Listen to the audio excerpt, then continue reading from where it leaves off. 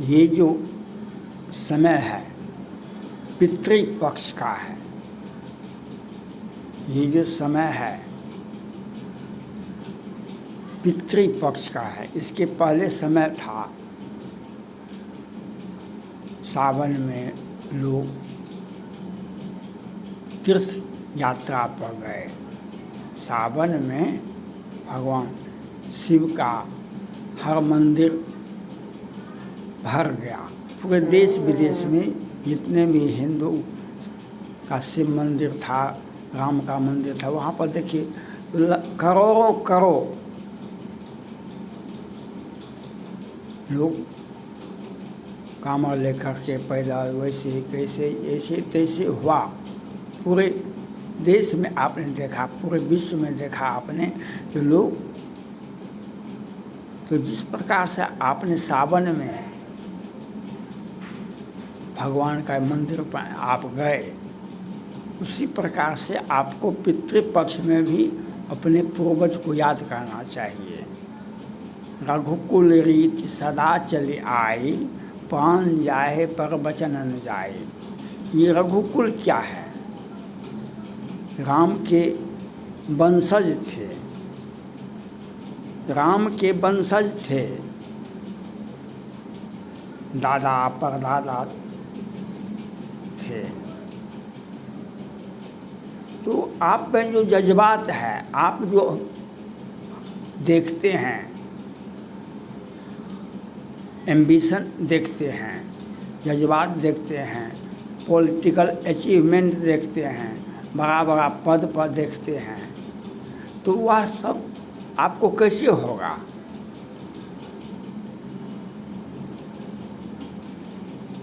रघुकुल के खानदान में राम आए, उनका आचार आचरण व्यवहार ऐसा था।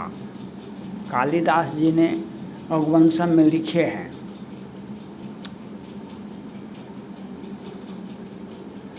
जो उनको मालूम हो गया था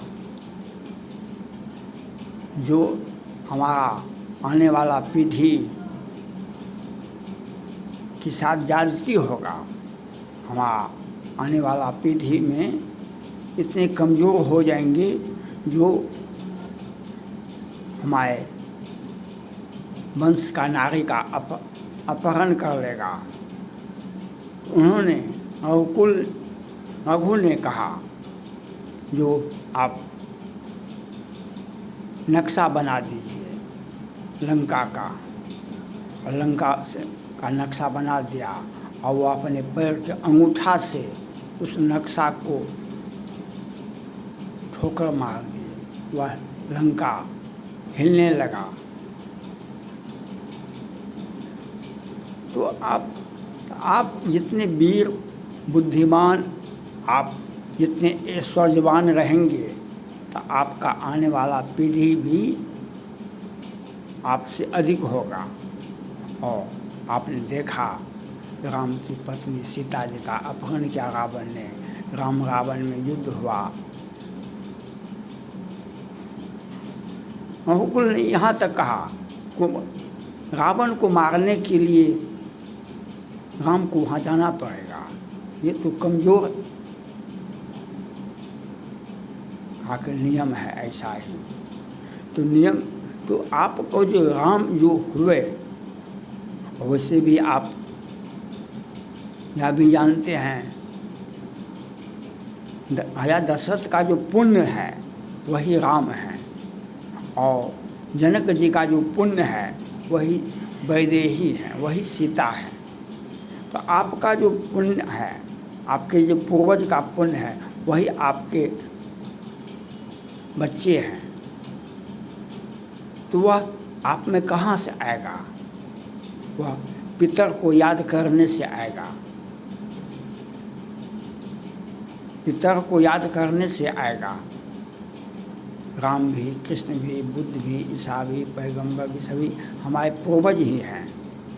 और आप तो उनको ही याद करें, और अपने पिता को, परम पिता को, अपने खानदान को भी याद करना होगा। तब आपका ऑल राउंड डेवलपमेंट होगा। ऑल राउंड डेवलपमेंट जज्बात और अचीवमेंट।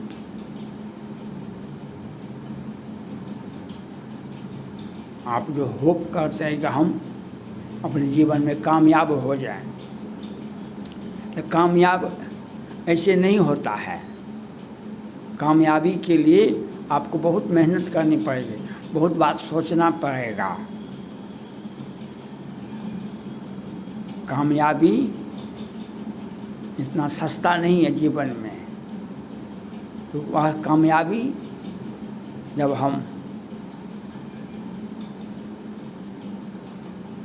राम को भी याद करेंगे, राम के मंदिर में भी जाएंगे, रामायण भी पढ़ेंगे और उसके बाद हम अपने पितर को भी याद करेंगे, तब हमें जज्बात आएगा, तब हम अपने जीवन में कि मकसद में कामयाब होंगे। तब हम अपने मकसद में कामयाब हो सकते हैं। तो आपको ये पितृपक्ष में अपने पूर्वज को याद करना चाहिए। आज इस व्यस्तता ही है। आज सब जगह आप व्यस्तता देखेंगे। कहीं पर आर्थिक तंगी है, कहीं पर ऑफिस का काम है, कहीं पर व्यापार है। इतनी व्यस्तता है। व्यस्तता हर जीवन में है भी और होना भी चाहिए। सीता जी भी, भगवान राम भी, व्यस्तता इतना था जंगल में, लेकिन उसमें 2 पल भी निकाले और राजा दशरथ को पानी दिए, उनका आत्मा को शांत करने के लिए श्राद्ध किए। तो आपको ये काम करना पड़ेगा, ये आपको करना पड़ेगा हर हाल में। अपने पूर्वज को याद करना होगा और उन्हीं की कृपा से आप और आपका आने वाले जेनरेशन वह सुखमय होगा।